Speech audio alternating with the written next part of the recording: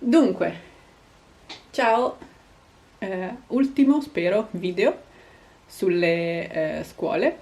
Dicevo che di scuole superiori non esiste solo le tre tipologie, non esistono solo le tre tipologie di cui vi ho parlato nello scorso video, ma ci sono anche gli istituti di istruzione e formazione professionale, IEFP. Questi vanno dai 14 ai 17-18 anni, cioè si frequentano in quegli anni, invece delle scuole superiori. Sono simili agli istituti professionali, ma sono ancora più pratici e sono organizzati dalla regione. Gli studenti hanno molti laboratori, molti tirocini, molti stage che li aiutano a sviluppare tutte le caratteristiche di cui hanno bisogno nel momento in cui diventano dei professionisti e escono dopo questi anni con il loro diploma dopo un breve esame su quello che hanno imparato. Finiti con gli istituti superiori si parte con le scuole non obbligatorie. Quindi scuole obbligatorie sono elementari, medie e superiori, scuole non obbligatorie, università e scuole di istruzione e formazione tecnica superiore, oppure scuole di arte. Dunque, partiamo dall'università. Di solito si va all'università tra i 19 e i 24-25 anni. Ovviamente qui dipende sempre se si è bocciati, in che anno si è iniziato ad andare a scuola e via dicendo. Gli studenti possono decidere di interrompere i propri studi dopo i 3 anni, quindi si fa la laurea breve, o proseguire con i 2 anni di specialistica. In seguito si può pensare di fare 1 o 2 anni di master. In alcuni casi si può fare il master, che è molto più pratico rispetto alla specialistica, direttamente dopo la laurea breve. A seconda della tipologia di laurea che si prende, si cambia, si possono avere delle possibilità di lavoro differenti.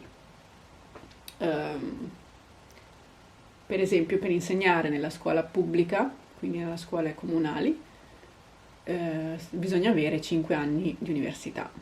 In passato l'università era solo 5 anni, è da poco che è cambiato con il 3 più 2 o 3 più 1, a seconda che si faccia specialistica o master. Diciamo che ogni università divide le proprie facoltà sul territorio in maniera autonoma.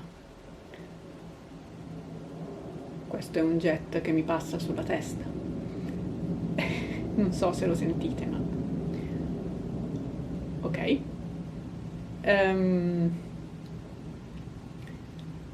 Per esempio, io ho fatto una facoltà in un'altra città, quindi mi spostavo avanti e indietro facendola pendolare tutti i giorni o quasi, soprattutto i primi anni, si va tutti i giorni. Poi avevo diminuito il numero di lezioni, quindi non andavo magari tutti i giorni e mi spostavo in treno. In altre città c'erano altre facoltà. Insieme alla mia, scienze ambientali, c'erano biologia, matematica, chimica, fisica e informatica. Biologia l'ho detta, penso di sì. E mentre in altre città c'erano arte, farmacia, mi sembra economia, medicina, infermieristica e scienze dei materiali, altre tipologie, legge, e ingegneria. Comunque le diverse facoltà e i diversi percorsi di studi erano divisi in diverse città, quindi i ragazzi potevano scegliere, se abitavano in un'altra città, di trasferirsi o di fare appunto i pendolari come ho fatto io. A chi va meglio ci sono i campus universitari, cioè delle case che si possono affittare, che gli studenti che vengono da fuori possono affittare e in cui possono vivere.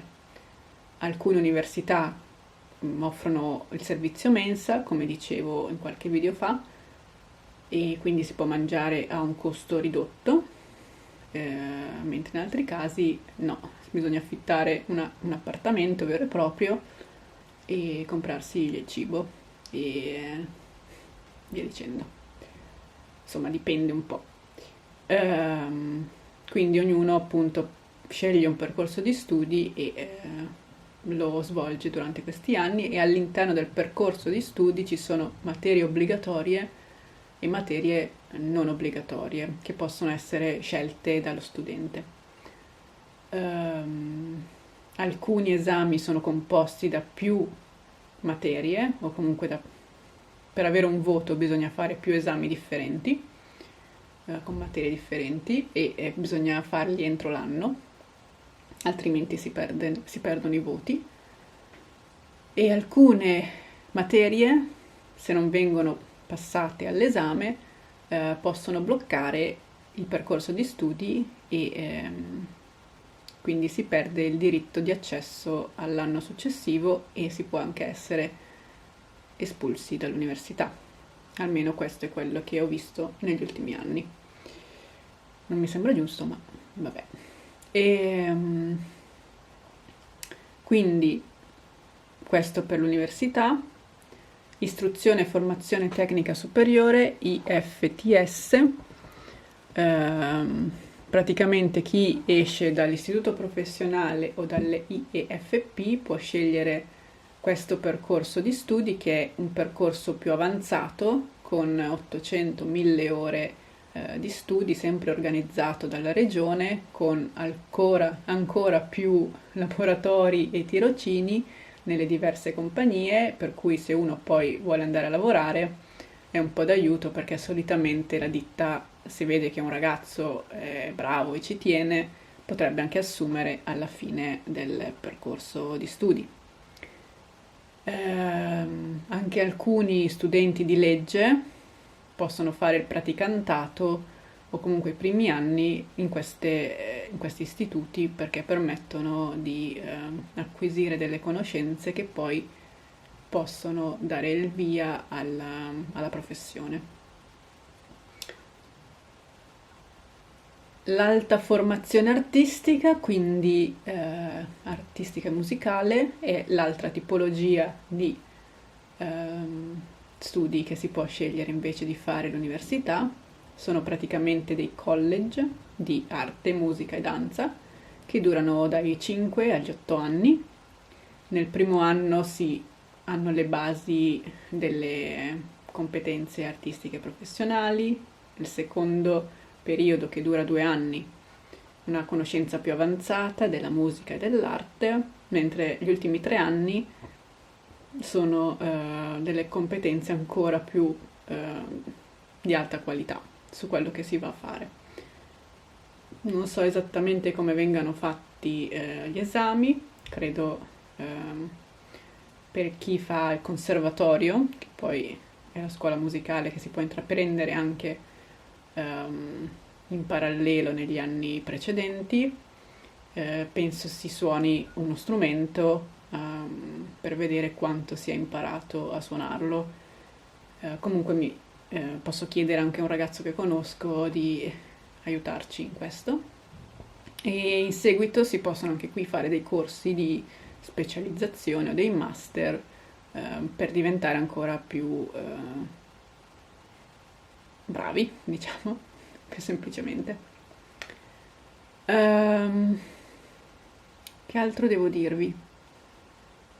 Niente, credo di avervi detto tutto quello che avevo in mente, e ditemi voi se avete domande, se ho dimenticato di dirvi qualcosa, e chiedo scusa se è stato un po'